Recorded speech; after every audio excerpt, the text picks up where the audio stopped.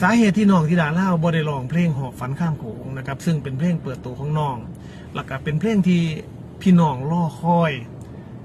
อยอยากจะเห็นตอนที่น้องเอาเพลงเนี่ยขึ้นไปร้องบนเวทีใหญ่ฮู้แล้วว่าเป็นอย่างสาเหตุน้องธิดาลาวบ่ได้ห้องเพลงหอบฝันข้ามโขงของตนเอง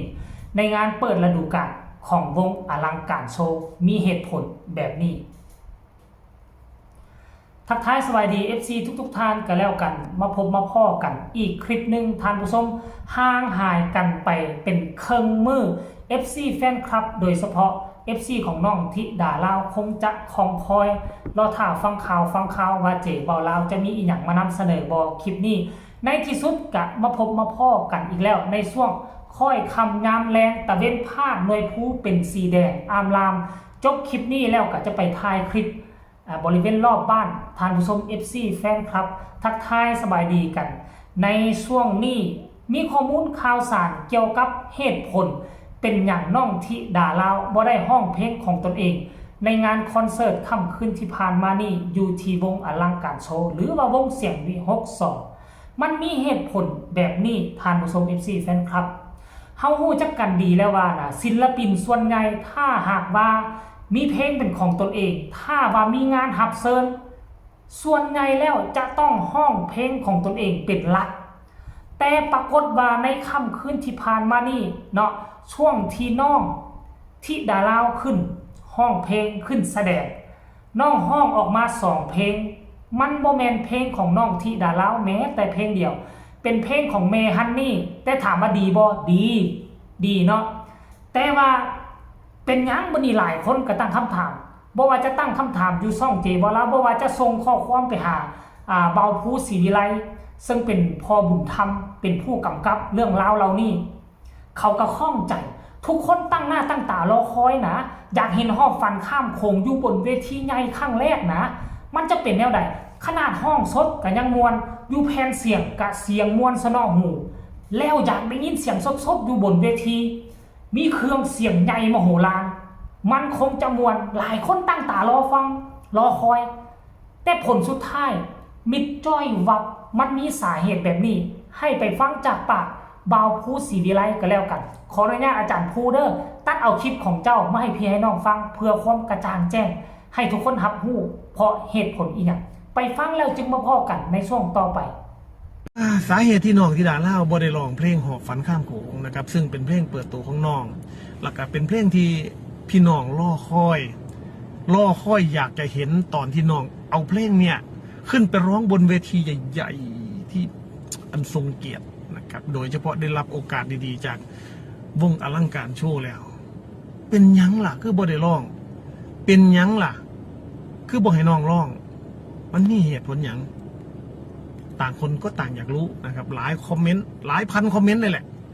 นะครับผู้บาพูดก็เลยสิขออนุญาตอธิบายอย่างหนึ่งจังสี่นะครับพี่น้องครับสาเหตุที่น้องธิดาลาวไม่ได้ร้องเพลงหอบฝันข้ามโขงซึ่งเป็นเพลงเปิดตัวของน้องเองเป็นเพลงที่พี่น้องให้ความหักน้องธิดาเล่าเกิดจากเพลงนี้เลยเป็นละครับเป็นเพลงที่พี่น้องหวังอย่างยิ่งอยากเห็นน้องธิดาเล่าขึ้นร้องทั้งเวทีอันทรงเกียรตินะครับเหตุผลมันมีอยู่ว่าครับผู้บ่าวผู้ทรงโนดมาบ่ท่านครับพี่น้องครับ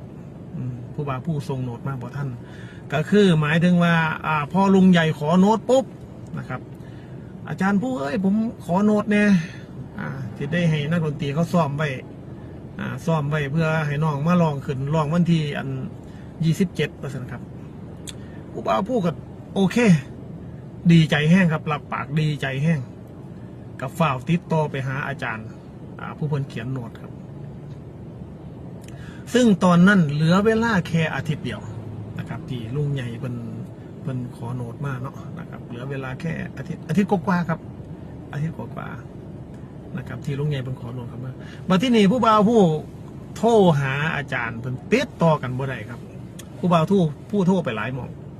นะครับโทรไปหลายหม่องว่าอยากให้เขียนโน้ตมาที่นี่โทรไปห้องอัดนึงกับบ่ขอซื้อเพิ่นเนาะนะครับเพิ่นบอกว่าคันบ่ได้เฮ็ดน้ำเพิ่นกับบ่เขียนให้ก็เลยต้องรอครับรออาจารย์ผู้เพิ่นเฮ็ดเพลงให้ครับรอเพิ่นมาที่นี่ครับ ส่วนสิติดต่อเพิ่นได้เนาะมันก็กินเวลาไป3-4 มื้อครับกินเวลาไป3-4 มื้อเพราะว่าเพิ่นข้ามไปลาวครับเพิ่นข้ามไปลาวข้ามไปมันติดต่อกันบ่ได้บ่มีสัญญาณเด้สัญญาณไทยบ่มีเนาะเพิ่นคือปิดเครื่องเนาะเพิ่นคือปิดเครื่องเนาะผู้ว่าผู้ก็ได้เนาะนะครับบัดที่นี่ก็เลยเทิงก็บ่ฮู้จักไสแน่ล่ะครับว่าเพิ่นผู้ใดเขียนโน้ตรับจ้างเขียนโน้ตเขียนหยังแน่เนาะมันก็ต้องหาผู้เพิ่นมีความรู้มีประสบการณ์ในการเขียนโน้ตนะครับบัดที่นี่พ่อเพิ่นขามมาแล้วเพิ่นโทรกลับมามีหยังเนาะครับว่าซั่นโทรเข้าไปว่ามัน80สายโหลดว่าซั่นว่า ผู้ว่าผู้ก็เลยบอกว่าเขียนโน้ตให้แน่เพิ่นก็เล็งเฮ็ดให้ครับเล็งเฮ็ดให้ก็เหลือเวลาอยู่แค่4 มื้อที่ผู้ว่าผู้ส่งโน้ตมาให้ส่งโน้ตมาให้ลุงใหญ่มาที่นี่มื้อที่ส่งโน้ตมาให้ลุงใหญ่บัดที่นี่เพิ่นบ่ทันได้ปลดล็อกทางเพิ่นเอิ้นว่าหยังกูกันได้บ่อีหยังจักอย่างนี่ล่ะผู้ว่าผู้ก็บ่เข้าใจนะครับเพิ่นบ่ได้เฮ็ดเป็นรูปแบบที่มันสามารถเปิดเบิ่งได้ทุกคนนะครับบ่สามารถเฮ็ดได้บัดที่นี่พอส่งไป ส่งไปแล้วทางลุงใหญ่เปิดบ่ได้บัดที่นี่ครับทางลุงใหญ่เปิดบ่ได้ก็ต้องถ่าผู้บ่าวผู้อีกมื้อนึงครับถ่าผู้บ่าวผู้อีกมื้อนึงบัดที่นี่ส่วนที่ติดต่อกันได้กับผู้บ่าวผู้กันได้เพราะว่าไปงานเนาะนะครับไปงานมันก็บ่แม่นว่าอันนี้เนาะนะครับไปงานส่วนที่ติดต่อกันได้มันเหลือแค่เวลา3 วันนะครับเหลือ3 วันซึ่งนักดนตรีเขาซ้อมก็เล่นไม่ทัน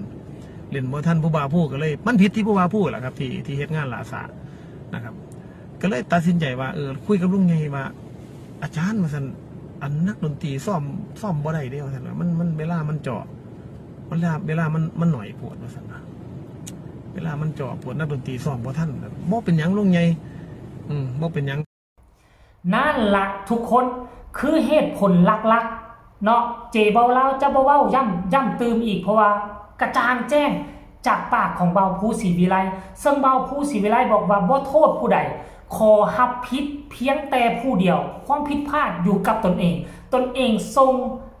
คอร์ดเพลงให้ซ่าโน้ตเพลงให้ซ่ามันจึงเกิดปัญหาแนวนี้แต่ว่าโชคดีที่ลุงใหญ่ไหวพริบดีเพลงน้องห้องบ่ได้ก็บ่เป็นอย่างได้ล่ะแต่น้องห้องเพลงได้แน่บ่นี่ถามมาได้ห้องเพลงนี้เพลงนี้ของเพลงแม่ฮันนี่ลุงใหญ่แก้ไขสถานการณ์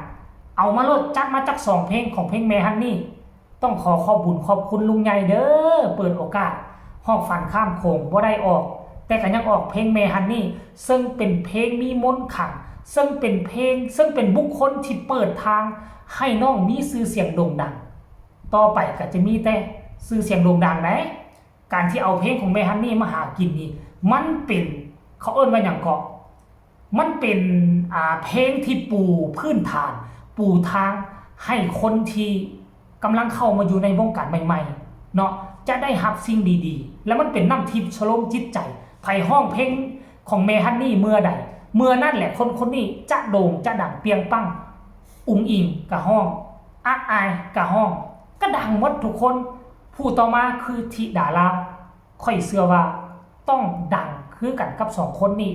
100% ถ้าว่ามาสายของแม่ฮันนี่นะท่านผู้ชม MC แฟนคลับสำหรับคลิปนี้ก็นำเสนอเพียงแต่ซ้ำนี้ก็แล้วกันฝากทุกคนกดไลค์กดแชร์กดติดตามให้แน่เพื่อจะบ่พลาดในคลิปต่อไปที่สำคัญอย่ากดข้ามโฆษณา